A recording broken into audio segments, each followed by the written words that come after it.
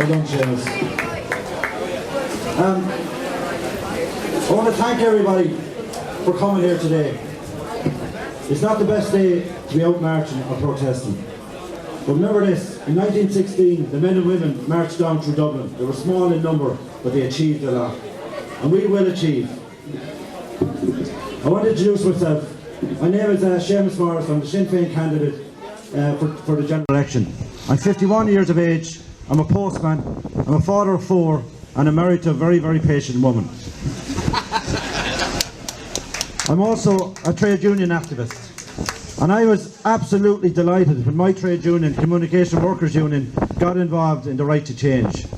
Because for too long, the left had been divided. For too long, the left had been pulling in all directions, and the media were playing us for fools. Thankfully, the Right2Change movement is bringing good people like yourselves together, good people like Séamie Morris and myself and David, to work together to try and take out the charlatans that are in power at the moment.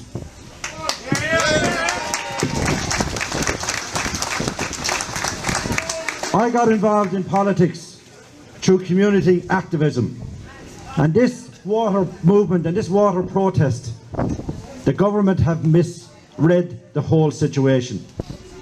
This government have misread the situation by trying to criminalise ordinary water protesters. But they didn't criminalise the water protesters.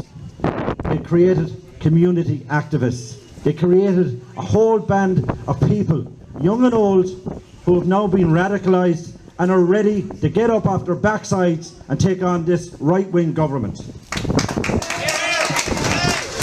My main role in my community activism was we were involved in an anti-drugs movement in Nina. And drugs is a scourge of our young people. It is something that is unspoken of.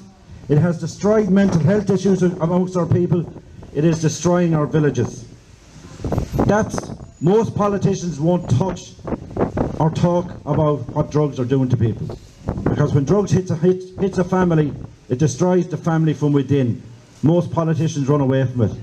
I advocate for families that are being destroyed by drugs, and I am not afraid to take on drug dealers in my community.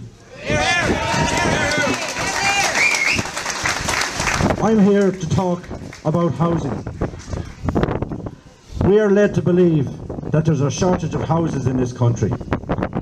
We are led to believe that the Minister for Housing, Alan Kelly, was handed a perfect storm. It wasn't a perfect storm. In the last census that was taken in 2011, there was 249,000 empty houses in this country. 249,000 empty houses. 300,000 of our young people have left this country since that census was taken. So there's more and more empty houses out there. What has happened with housing in this country is social housing has been privatised. The same way as every other section and service is being privatised, including water. And that's why we're here today, to stop water being privatised. This housing problem that we have at the moment, I spend most of my time as a councillor dealing with people facing eviction, facing homelessness. As a councillor, I have never seen the level of family homelessness that is out there. And a lot of the homelessness that I'm meeting also are people with mental health issues. People that have been abandoned by this government because there's no after-hours mental health services in this county. People are being thrown out of mental health homes, being abandoned, living in bed and breakfast up and down Tipperary. That's the problem we have. The housing problem that we have was created by 3 ministers. Jan O'Sullivan, Alan Kelly and Kathleen Lynch. 3 Labour ministers who have cut rent, privatised social housing and closed mental health places. As I said, as a councillor, last week alone I had to work on behalf of 2 people that were being evicted from their homes because their family homes were being repossessed. Every government TD in Tipperary voted for the Land and Conveyancing Bill, which gave the banks the right to repossess homes. Do not forget that.